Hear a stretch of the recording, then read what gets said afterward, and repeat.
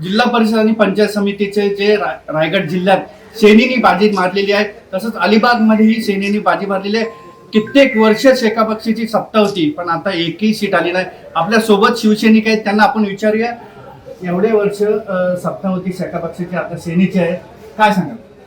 याचं एकमेव कारण असं आहे की आमचे आमदार महेंद्रसिंह दळवी हे जनतेमध्ये जनतेला एवढा वेळ देणारा आमदारच पैदा झाला नाही.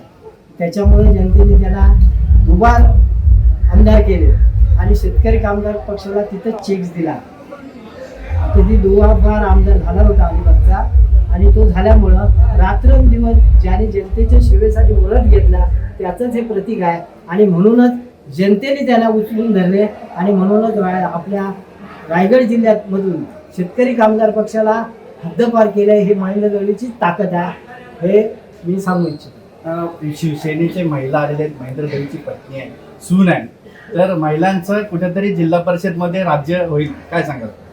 नक्कीच, कारण आज महिला सगळीकडे पुढे आहेत. तर वहिनींचं काम आणि चेदिताईंचं काम, त्याच्यामुळे खूप बदल घडेल. महिला सगळीकडेच पुढे आहेत आज, आणि शेठने त्यांना एवढं प्राधान्य दिलेलं आहे, त्याच्यामुळे नक्कीच विकास होणार. एवढे वर्ष उभाटा या ठिकाणी होतं, राष्ट्रवादी होती, सेनाने उभारी घेतलेली आहे, तर तुम्ही शिवसैनिक म्हणून काय सांगाल?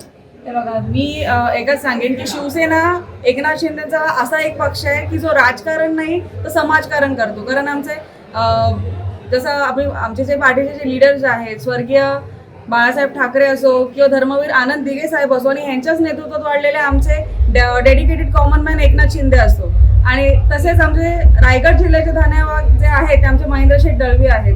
आणि ह्यांनी प्रत्येक घरासोबत बांधिलकी केलेली आहे. कारण हा मला वाटते असे आमदार आहेत, असे आमच्या माणसं आहेत की they are not born with the silver spoon. त्यामुळे त्यांना जनतेच्या प्रत्येक म्हणजे घराघरातल्या एकाची समस्या ते समजू शकतात. त्यामुळे विकासाला तर कोणता बंदित नाहीच आहे. आणि शेका पक्षाची जी किंवा इतर पक्षांची जी राजेशाही होती, तर ती मला वाटते आता लोकांनी ही लोकशाहीला स्वीकार करून विकासाकडे आपण वळू.